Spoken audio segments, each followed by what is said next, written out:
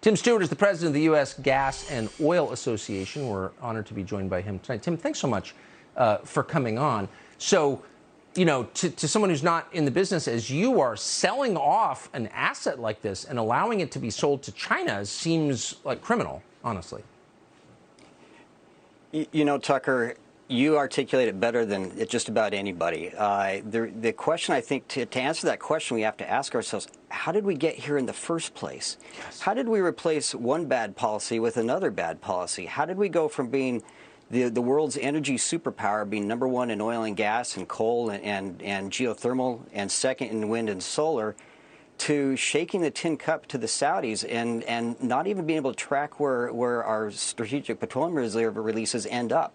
It's really quite disconcerting, isn't it? I would say it's really important to know that the exploration production companies were not supportive of the strategic petroleum reserve release. Why weren't we allowed just to open up the spigot of what we're already doing versus shutting that off and tapping into the nation's credit card? It really is. It's quite frustrating. I got to be honest. I've talked to most of the people who run the oil and gas companies, and they all act like, you know, they're selling cigarettes to kids. They're always a little bit embarrassed. Oh, it's oil and gas, but really worried about green energy. Why don't they step up in public and say, without us, this is an impoverished country. This is Central Africa. You need us in order to stay solvent and, like, make some noise and fight back. Well, we're trying to. You know, that tweet that the president sent out on Saturday was, we had a response where, you know how it is. You know, Twitter is sort of an exercise in futility. There are thousands and thousands of people who think that they're experts in oil and gas because they retweet something that some celebrity does. And so we've avoided it. But we saw that tweet come across, and it just sort of struck a nerve. And so we did our best to kind of call the BS on the White House and say, look, somebody's got to go back and look at economics here. Yeah, I mean, it is over if we get rid of fossil fuels. That's just true, and I wish we could stop lying about it. Tim Stewart, I appreciate your coming on tonight. Thank you. Thanks for having me on. Subscribe to the Fox News YouTube channel to catch our nightly opens, stories that are changing the world and changing your life. From Tucker Carlson Tonight. A Georgia gas station owner takes a big financial hit to help his customers. We're talking $12,000. But Ravi Patel says it was worth it. Lucky drivers who pulled up to his station on Monday, on July 4th, got some serious sticker shock, but in a good way. That's because $1.99 was on the pump. And joining us now is Ravi Patel, the owner of that gas station. Ravi, this is so fun. I like highlighting the good in this world. What made you decide to drop your prices, and for how long did you do it? Hey, how are you? So we dropped it from 12 p.m. to 3 p.m. And we knew we weren't going to be able to cut it off at 3, so we actually kept it till 4 o'clock. And I just wanted to give back to the community, knowing all the stuff that's been going around in the world. Any savings is a blessing. And what better day to do it than July 4th? So what was the response like from drivers? Oh man, we had the whole community out there. We've had customers since 8 o'clock in the morning. The guys that were there the earliest actually stayed till 4 o'clock.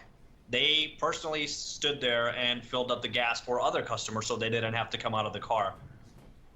How did it make you feel? See that kind of response and to just know you did something to help others? Oh man, that was one of the best night's sleep I had in a long time. Yeah. I'm curious to get your thoughts on this tweet from President Biden, which was before the 4th of July. He said, "My message to the companies running gas stations and setting prices at the pump is simple. This is a time of war and global peril. Bring down the price you are charging at the pump to reflect the cost you're paying for the product, and do it now." What's your reaction to that? Yes, so I saw that news on YouTube, and I was like, man, let me do something that can give an answer to President Biden. And he said, lower the gas prices, and that's what I did. So you were responding in part to that tweet? Yes. That was one of the initiatives, what we wanted to do, is respond to that tweet as well, too. But you lost $12,000 here. Was this an easy choice or a decision for you? And I think some people might hear that and think, wow, he must have a lot of cushion built in. So I wouldn't say I lost it. I just gave back to the community that gave it to me. That's it. What do you want people to know about how the pricing works, how prices are set? So fuel costs that certain amount of fuel that I had, it cost me $3.86 a gallon. And we set it at $1.99, so I wouldn't say I lost a dollar and some change on it, but it's, you know, we all can't take it home after we pass away. I'm not going to be able to take all the money with me, so why not just give back? And seeing the smiles on everyone's faces, that's what made it worth it. And who knows, just a few months down the road, I might do it again. You have a very refreshing perspective, and I think a lot of people are saying, give me a heads up next time you're going to do it. Ravi Patel, thanks for sharing. Thanks so much for what you did to give back and for sharing your story with us. Yes, ma'am. Thank you for having me here.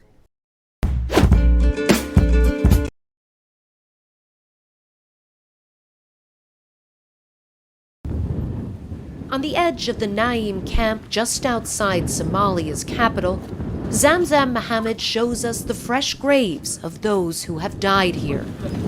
1, 2, 3. There are 30, she says, in total, victims of this country's record drought. As the camp administrator, Mohammed is tasked with burying the dead. Baby. Kokone illa iyo kokone. All baby. From that corner to this one, she says, this line of graves is all children. It must weigh on your heart to have to bury these little children. You feel such sadness when you bury a baby, she tells us.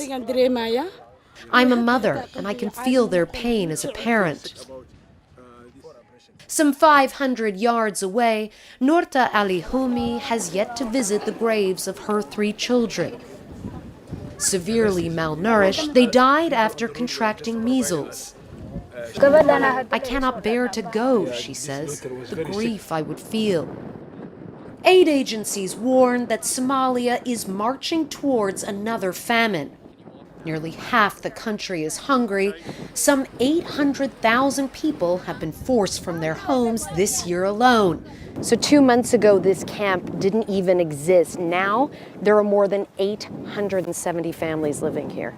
Conditions are dire, and the world's attention is elsewhere. Thousands of miles from the front lines of the war in Ukraine, the impact of Russia's invasion is being felt here. Food and fuel prices have skyrocketed as Russia's blockade of Ukrainian wheat threatens global supplies. The wheat that is consumed in Somalia, 92% of it comes from Russia and Ukraine when you put together. So the price of wheat has doubled. In some areas, 150% increase. So you had climate change, COVID, but the war in Ukraine is really threatening to push Somalia over the edge. Yes, definitely, yes, yeah. And what about if the war continues in Ukraine, if that blockade remains in place? What impact will that have here? I cannot imagine what will be the impact. The stabilization ward at the Banadir Hospital offers a glimpse of what may be to come. There are no empty beds and many desperately sick children. He's unconscious. Dr. Hafsa Mohammed Hassan works around the clock to keep her youngest patients alive. How many years have you been working in this hospital? 8 years. 8 years. Have you ever seen so many children being brought in with malnutrition? No, this is the worst situation I'm seeing. And the number of the cases are increasing day by day. The hospital is very occupied with these cases. Are you overwhelmed? Yeah, it's overwhelming. The situation is overwhelming. In one bed, we meet Hareda Abdi and her 4-year-old son, Mohammed. I already lost 3 children in this drought, she says softly. So you came here to save your son? How do you cope with that kind of loss, to lose 3 children? How do you get through the day? I can't cope with the situation, she says.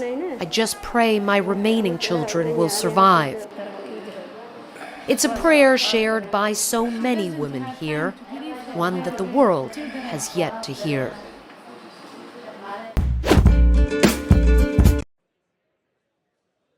This morning, British Prime Minister Boris Johnson announcing his resignation after his own Conservative Party turned on him. But crucially, he didn't provide a clean timeline for when he would step down or take any responsibility for the self-inflicted scandals that led to his demise. The herd instinct is powerful. When the herd moves, it moves.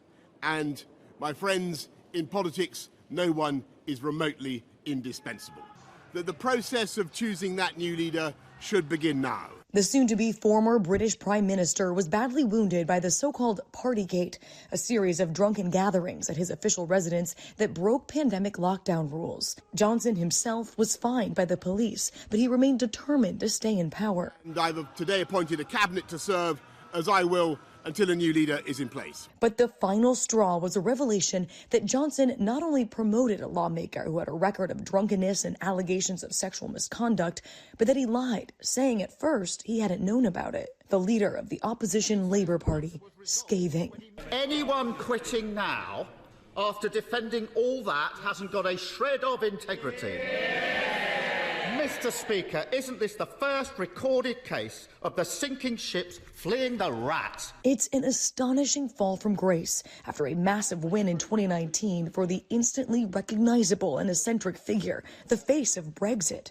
His unconventional leadership style often drawing comparisons to Donald Trump.